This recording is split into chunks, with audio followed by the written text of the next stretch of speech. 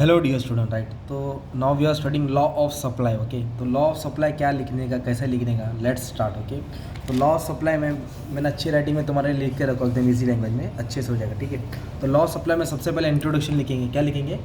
Introduction. फिर statement of law, क्या लिखने का है? Statement of. फिर सप्लाई स्केड्यूल बनाएंगे, मीन्स टेबल और diagram.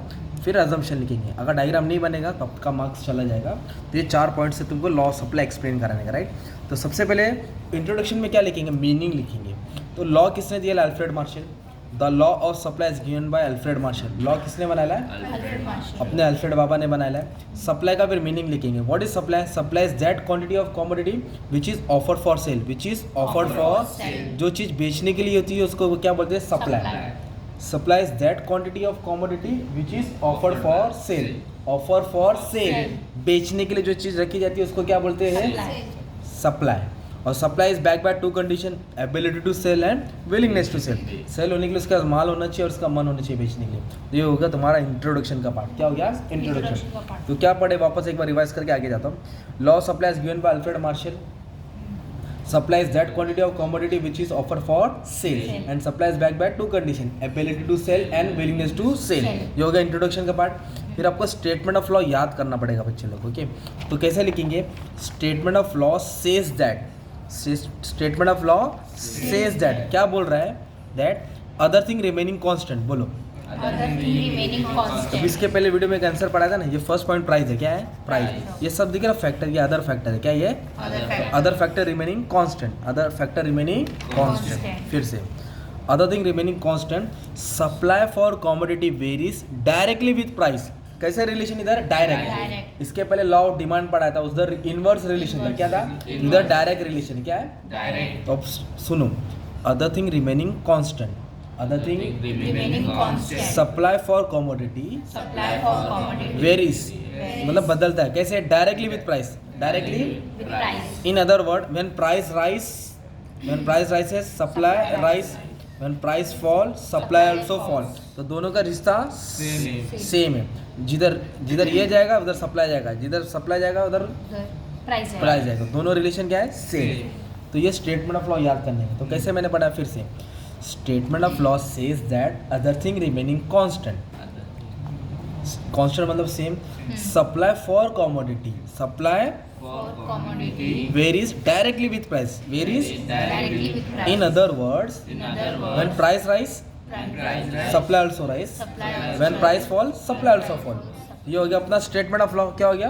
statement of law. 2 point हो गया ना। अभी अपन बनाएंगे सप्लाई स्केड्यूल। क्या बनाएंगे? Supply तो सप्लाई स्केड्यूल क्या बता रहा है? Direct relation. क्या बता रहा है? direct relation. किसके बीच में? प्राइस और Supply with the help of table और डायग्राम। Diagram. तो supply schedule shows direct relation with the help of price and between price and supply with the help of table और diagram. Diagram. तो आपको ये table याद करना पड़ेगा।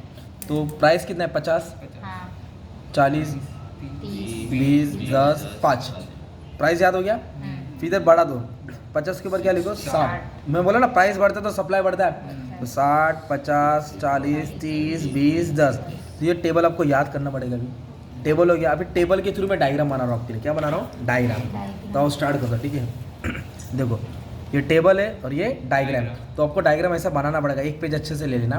तो प्राइस को वाई एक्सेस में रख रहे और सप्लाई को एक्स एक्सेस। तो सबसे पहले देखो, प्राइस जब 50 था तो सप्लाई कितना था? 60। तो इधर 50 देखने का, इधर 60। तो इधर दोनों यहाँ भी लेना है यार। Okay, simple.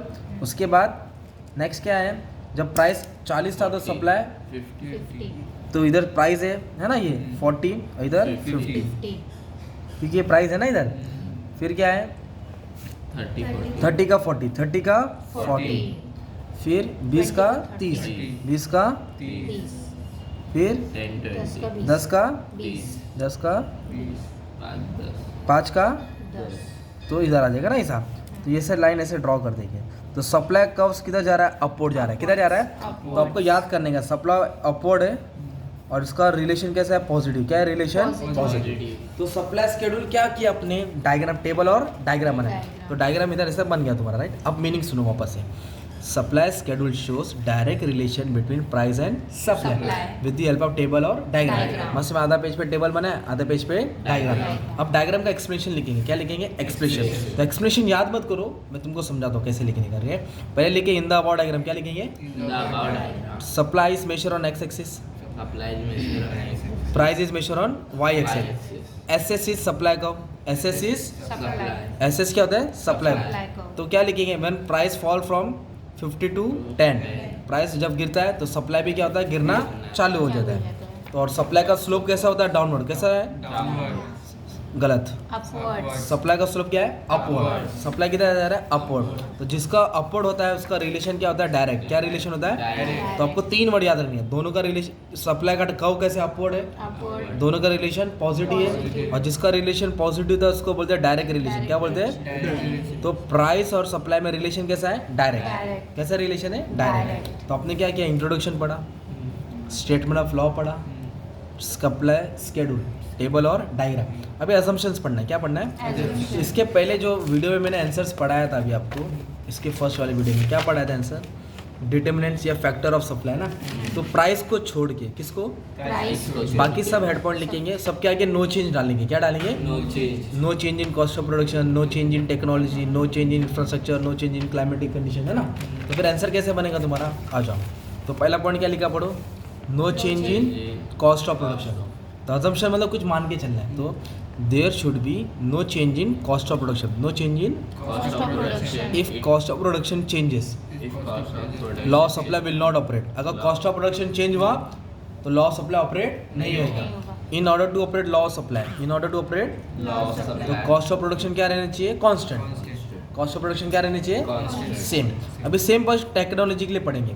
तो जहाँ कॉस्ट ऑफ प्रोडक्शन है वहाँ टेक्नोलॉजी डालो। There should be no change in technology. If technology changes law supply will not operate. In order to operate law supply technology should remain constant. अब same point taxation clear. There should be no change in taxation. If taxation changes, law of supply will not operate.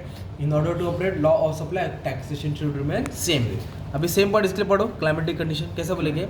There should be no change in, बोलो climatic condition, थोड़ा जोर से, there should B, जोर से बोलो ना, बोलो आप लोग भी, सब लोग, there should be no climatic condition. क्या लिखेंगे? Climatic condition. If climatic condition changes law of supply will not operate. In order to operate law of supply climatic condition should remain constant. तो यही पैराग्राफ लिखना है, सिर्फ head point change होते रहेगा ना तुम्हारा। इस तरह तुम्हारा लॉ ऑफ सप्लाई तैयार हो जाएगा। क्या तैयार हो जाएगा? Law of supply. तो अभी वापस से तुमको शॉर्ट में रिवाइज करा देता हूँ, ठीक है। लॉ ऑफ सप्लाई में सबसे पहले क्या लिखेंगे हम लोग? इंट्रोडक्शन का पार्ट लिखेंगे ना, right. Supply is that quantity of commodity which is offer for sale. Statement of law, other thing remaining constant, supply and price have direct relation, है ना, डायरेक्टली चेंज होता है। प्राइस बढ़ेगा, सप्लाई बढ़ेगा, price कम होगा, supply. फिर supply schedule क्यों बना रहे? Direct relation price supply with the help of table और डायग्राम। एक्सप्लेन करा दिया डायग्राम को ना। तो क्या याद रखने का? अपवर्ड है, पॉजिटिव है और डायरेक्ट रिलेशन। अजम्पशन डाल दिया। क्या डाल दिया? अजम्पशन। तो ये पैराग्राफ याद करना है, सबके आगे नो चेंज डाल देने का। ये हो गया तुम्हारा लॉ ऑफ सप्लाई। क्या हो गया तुम्हारा? Law of supply. ठीक है, थैंक यू।